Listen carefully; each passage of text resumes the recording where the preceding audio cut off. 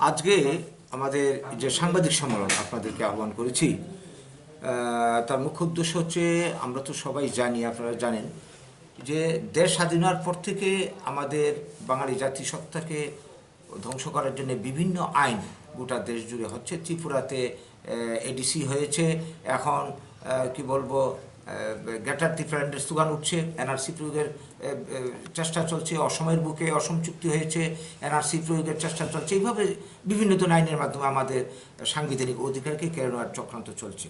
এখন আমরা লক্ষ্য করছি কি, শুধু তাই নয়, বিভিন্ন ধরনের ষড়যন্ত্র উদ্যোগ চলছে আমাদের বাংলা ভাষা কৃষ্টি সংস্কৃতিকে ধ্বংস করে দেওয়ার জন্যেও। আমরা লক্ষ্য করলাম কি যে 61 সালে প্রথম আসামের বুকে বাংলা ভাষাকে দাবিয়ে অসমীয়া ভাষা চাপানোর চেষ্টা হয়েছিল, যার প্রতিবাদ করতে গিয়ে 19 মে 11 জন শহীদ হয়েছিল বাঙালি যুবক যুবতী।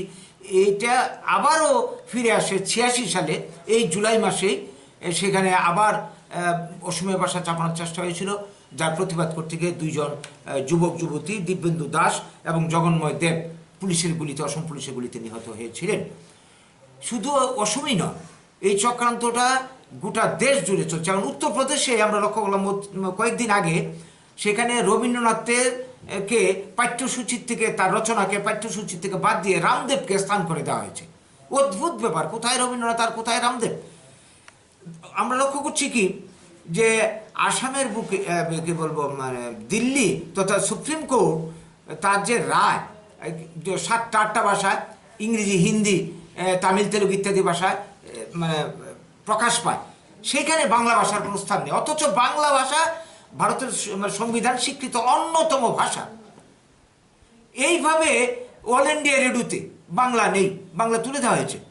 এইভাবে একের পর এক চক্রান্ত। আমাদের এই রাজ্যের অবস্থা দেখুন, একাদশ দ্বাদশ শ্রেণীর থেকে বাংলাকে আবশ্যিক পাঠ থেকে তুলে দেওয়া হয়েছে।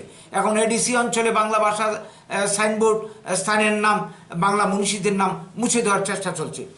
এই যে একটা চক্রান্ত সারা দেশ জুড়ে চলছে, এটাকে কোনো অবস্থাতে আমরা টলারেট করতে পারছি না, মানতে পারছি না। এটা এর পেছনে যে চক্রান্ত, যে বাঙালি জাতিসত্তা, ভাষা, কৃষ্টি সংস্কৃতিকে দাবিয়ে দিয়ে, শেষ করে দিয়ে জাতিসত্তাকে মুছে দেওয়া, এইটার প্রতিবাদেই আমরা আজকের এই সাংবাদিক সম্মেলন করছি। আমরা যারা এই কাজে যুক্ত তাদেরকে সাবধান করছি, সতর্ক করছি, যাতে এই কাজ থেকে তারা বিরত থাকে। আমরা এই ধরনের কাজে তীব্র নিন্দা, ধিক্কার জানাই। যদি তারা এই কাজ থেকে পিছিয়ে না আসে, আমরা আগামী দিনে বৃহত্তর আন্দোলন শুধু ত্রিপুরা, উত্তর পূর্বাঞ্চল, গোটা দেশ জুড়ে আমরা চালাবো। এই বার্তাটা আজকে আপনাদের মাধ্যমে আমরা দিতে চাইছি বলেই আপনাদেরকে আমরা ডেকে এনেছি। আপনার নামটা? আমার নাম গৌরঙ্গ রুদ্রপাল, আমি আমরা বাঙালি ত্রিপুরা।